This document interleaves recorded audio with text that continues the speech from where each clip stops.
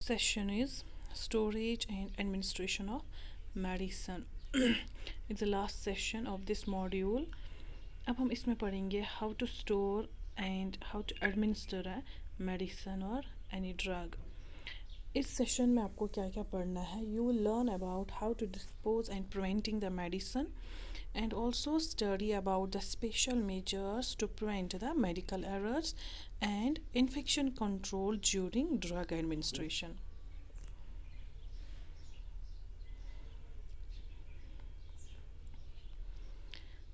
Relevant knowledge. All the medicines must be secure at all times. हम जब भी कोई मेडिसिन हमारे पास होती है हमें वो सिक्योर करके रखना चाहिए एवरी टाइम. और जो मेडिसिन है वो हमें लाइट से दूर रखना है. और हमें क्या करना है, जो भी मेडिसिन्स हैं वो हमें किस में रखने हैं, रेफ्रिजरेटर्स में.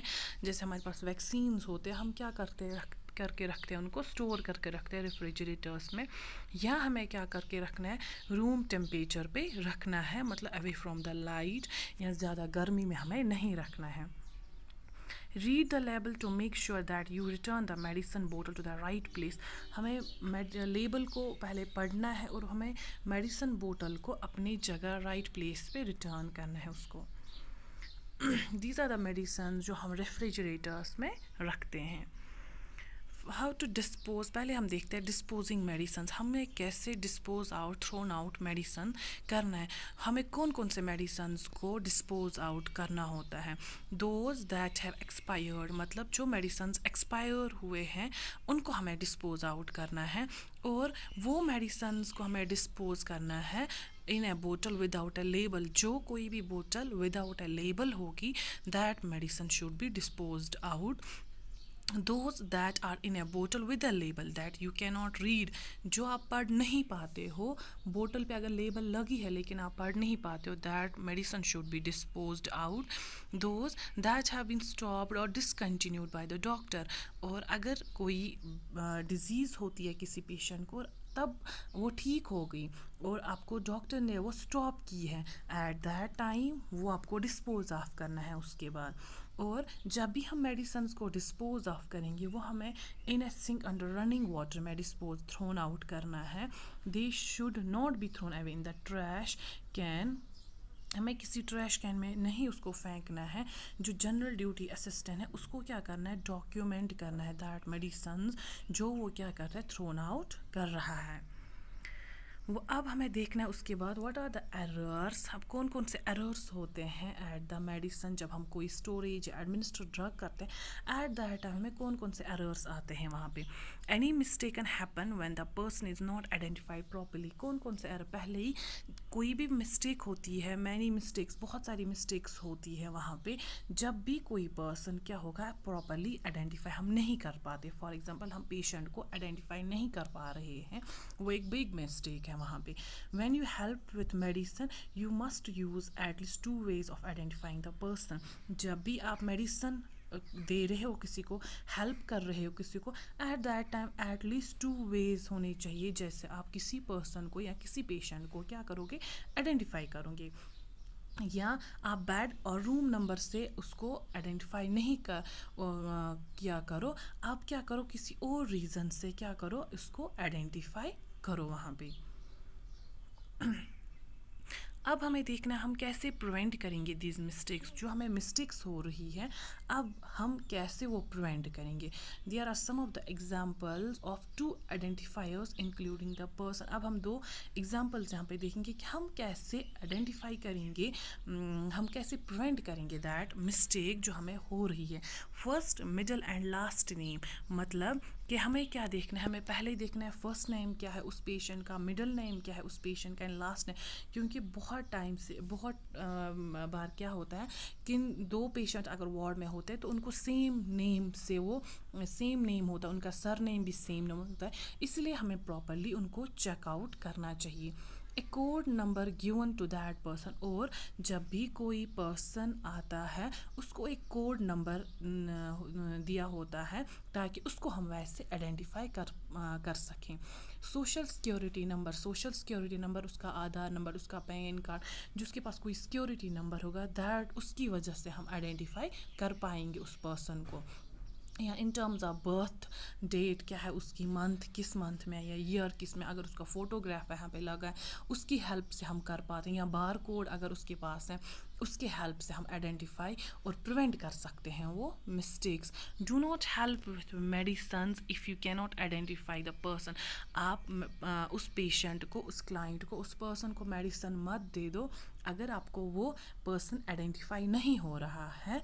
तो आप क्या करो, आप जो भी आपको वहाँ पे सुपरवाइज कर रहा है, टेल योर सुपरवाइज़र कि हमें पेशेंट आइडेंटिफाई नहीं हो पा रहा है, तो आप क्या करो, उसको मेडिसिन मत दो, वहाँ पे स्टॉप करो तब तक मेडिसिन, जब तक ना आपको फुल्ली वो पर्सन आइडेंटिफाई होगा।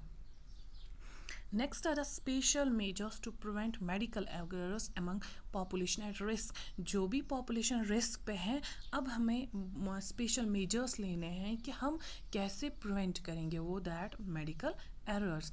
Other things that you should do to prevent medical errors for people at high risk for errors are as follows। पहले हमें पता होना चाहिए who are at high risk, कौन से peoples high risk, कौन से population high risk पे हैं।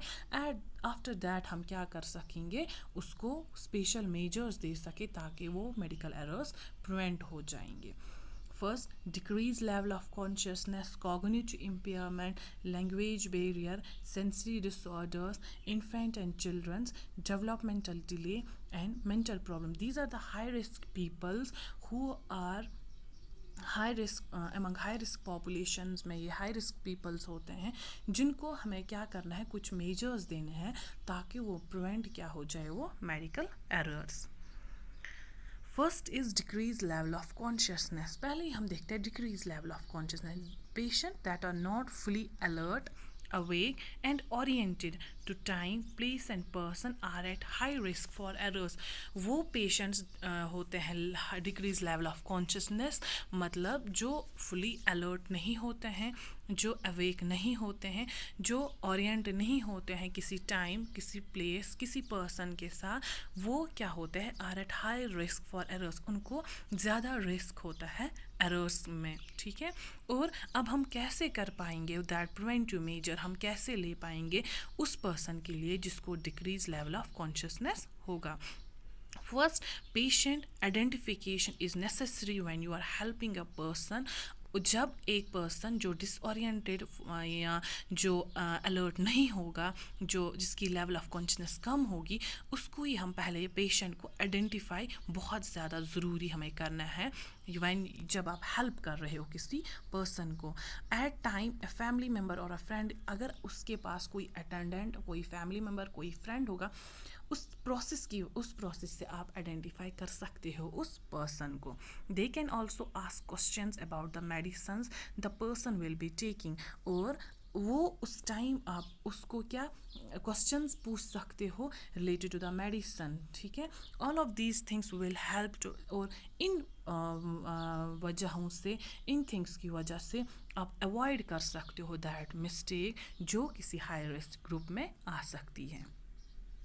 Next is cognitive impairments। People that are confused or not oriented, वो भी high risk for mistake होते हैं, ठीक है। उनमें हम क्या प्रिवेंटिव मेजर ले सकते हैं, अगेन हमें पेशेंट की आइडेंटिफिकेशन बहुत ज़्यादा इंपॉर्टेंट है। Many elderly can be a little confuse and some time of the day.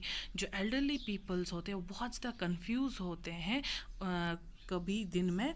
Example, they may be a little confuse when they wake up और when the sun goes down later in the day. सुबह या शाम को बहुत ज़्यादा confuse होते हैं क्योंकि वो नॉट ओरिएंटेड, वो उनको कॉग्निटिव इम्पेयरमेंट, मेंटली वो डिस्टर्ब होते हैं। दैट मीन्स हमें पेशेंट को प्रॉपरली आइडेंटिफाई करना है। It's very helpful depending on the person's level of cognition to talk with the, और हमें उसी लेवल पे उससे बात करनी है जिस लेवल पे हमें वो पर्सन वहाँ से बात करेगा। मतलब हमें उस, क्योंकि वो प्रॉपरली कॉग्निटिव इम्पेयरमेंट है उस पर्सन को, इसलिए हमें चाहिए उसके लेवल ऑफ कॉग्निशन से बात करनी है हमें, और हमें उसका भी सुनना है कि वो क्या वहाँ से बोल रहा है। उसको हमें थेरापीज़ देनी है, जैसे पिक्चर्स, ड्राइंग्स, ताकि वो क्या करे, कम्युनिकेट कर पाए। इंटरपर्सनल रिलेशनशिप हमें मेंटेन करनी है properly. Again, do not help with medicine if the person is not able to talk them. अगर आपको पर्सन वहाँ से बात नहीं कर रहा है तो आपको क्या मेडिकेशंस तब तक स्टॉप करनी है, पहले आपको अपने सुपरवाइज़र को बोलना है।